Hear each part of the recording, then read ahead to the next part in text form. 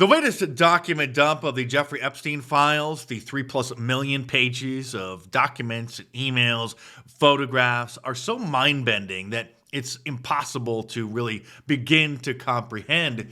This guy was like the evil Forrest Gump, connected to so many elite movers and shakers in so many different institutions of government and science, from cloning technology to quantum mechanics. It really is one of the biggest mysteries of our time. The real Epstein files, however, will never be seen. Those were contained or destroyed a long time ago. But through the emails, through the files that we do have, again, that Pam Bondi said just weren't really important enough to release.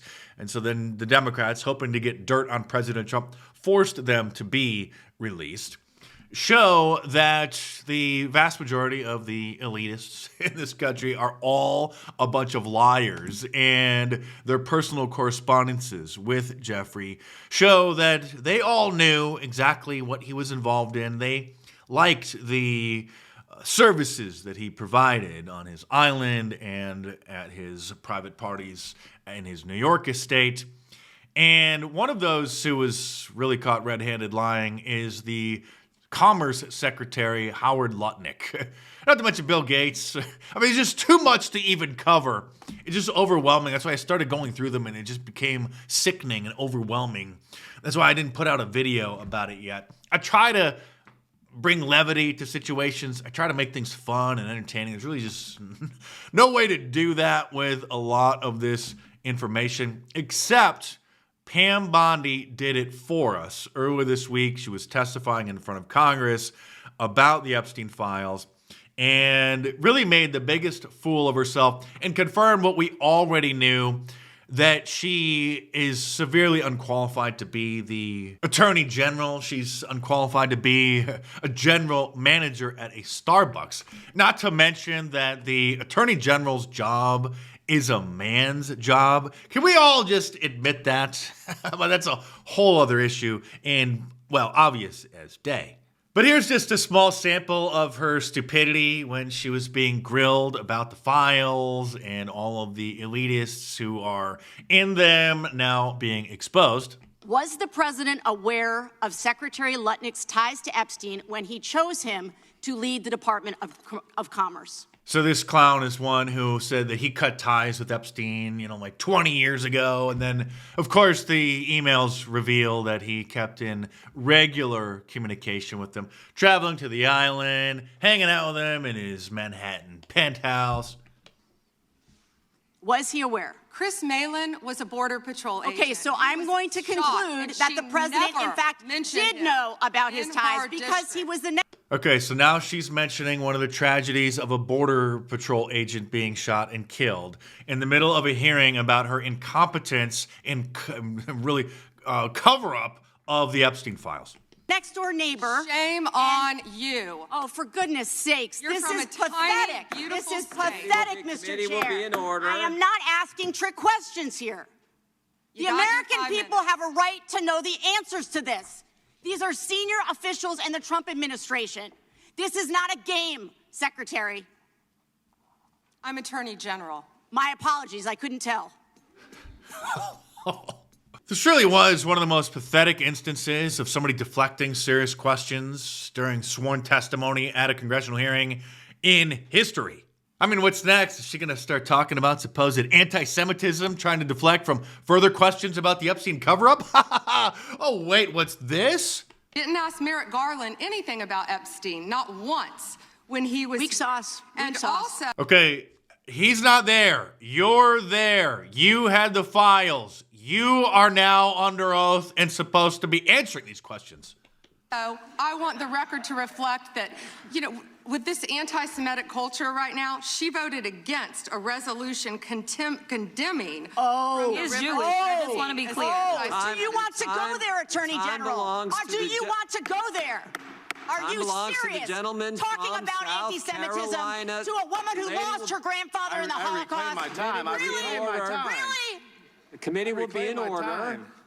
Those kinds of smears don't work anymore. but she is playing by the typical, well, Republican establishment, Zionist establishment playbook by just accusing someone of being anti-Semitic, when in this case it's especially bizarre because this woman's voting record about an unrelated issue is completely irrelevant to the topic at hand. But it got even worse at one point. Instead of answering the questions that all Americans want to know, she started touting how well the stock market is doing. The Dow right now is over. The Dow is over $50,000. I don't know why you're laughing. Over $50,000, she was going to say.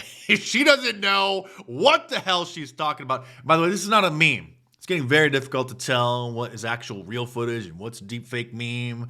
Either meant to be a meme or just straight up disinformation at this point. But she obviously doesn't know what she's talking about. And this is, again, one of the most pathetic, maybe the most pathetic deflections or attempted deflections in the history of congressional testimony.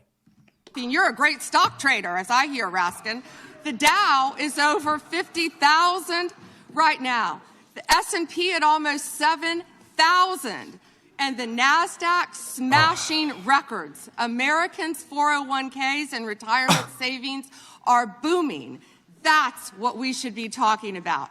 We should be talking about. Yeah, who cares about some guy who was working for intelligence agencies and was getting compromising material on some of the key politicians and businessmen around the world? Yeah, hey, look at how good my 401k is doing.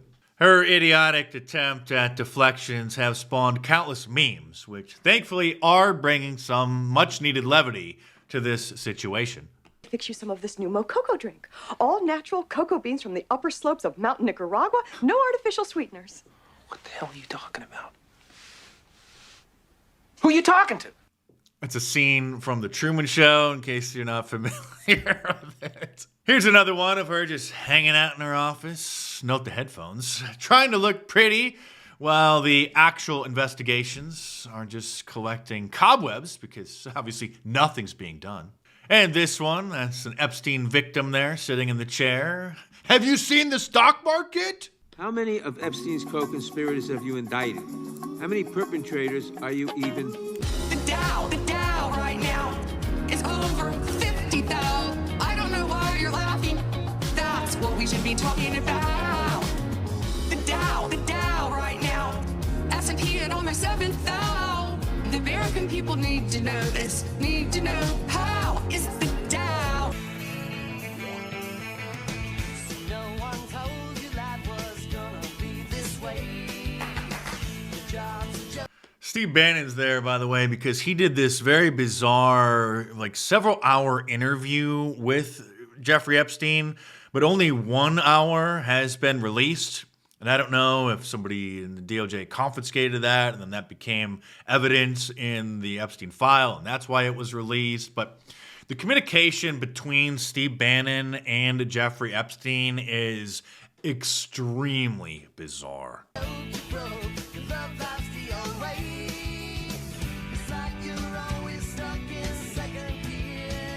Now, there are numerous references to pizza and grape soda and other bizarre keywords in sexual and other strange contexts, which is even causing the New York Times, Vanity Fair, and other outlets to start speculating maybe there was some truth to that supposed conspiracy theory from years ago that all the mainstream media said was just a complete hoax, just fake news. The new Epstein files are reopening the PizzaGate box, says Vanity Fair. The documents contain nearly 900 references to pizza. This from the New York Times, the Epstein files and the hidden world of an unaccountable elite. But don't worry, folks. Dan Bongino is back on the air, quitting deputy director of the FBI to become a podcaster again. Was this meme perfectly illustrates Dan Bongino, tough on Twitter, soft on crime. A few weeks ago when I did a video calling him out for his participation in the cover-up and the downplaying of the Epstein files, he unfollowed me on Twitter. he went through a big blocking spree. He was blocking all kinds of people, but I didn't tweet at him. I just made a video about him, and he heard about it because I checked just to see. I knew what was about to happen. I figured I'd get blocked, and I checked. I should have taken a screenshot of it, but I checked literally the night I recorded the video. He was following me.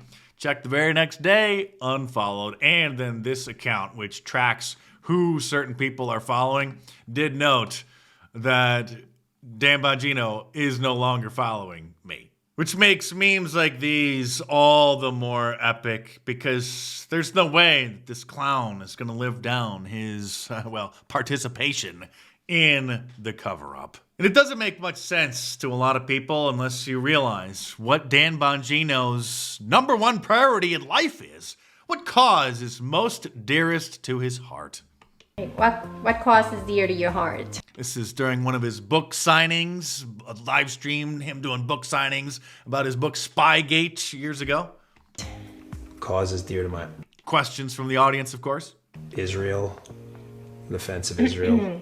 That's his wife, by the way, asked him the question. So this isn't even like some show over in Israel. You know, he's trying to suck up to the host and to the audience. This is just a live stream on a collectibles account that helped him, sell the autographed books. And a Q&A of audience questions with his wife. What cause is dear to your heart?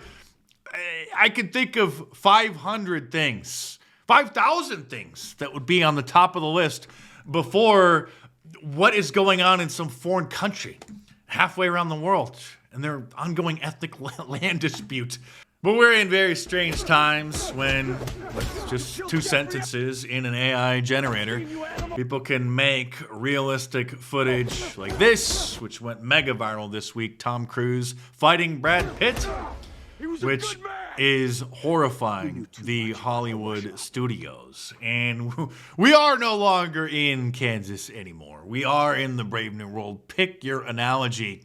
The deep fakes now are so realistic, so sophisticated, that it is almost impossible to tell whether or not footage or audio is actually real or if it's a deep fake. So buckle up because we're heading into rough waters. And if you enjoy watching my videos, then support my channel by buying me a coffee by clicking the link in the description below. It's a great way to tip your favorite content creator because YouTube takes 30% off the top of super chats and super thanks. So just figuratively buy me a coffee by clicking the link in the description below. So just head on over there and check it out.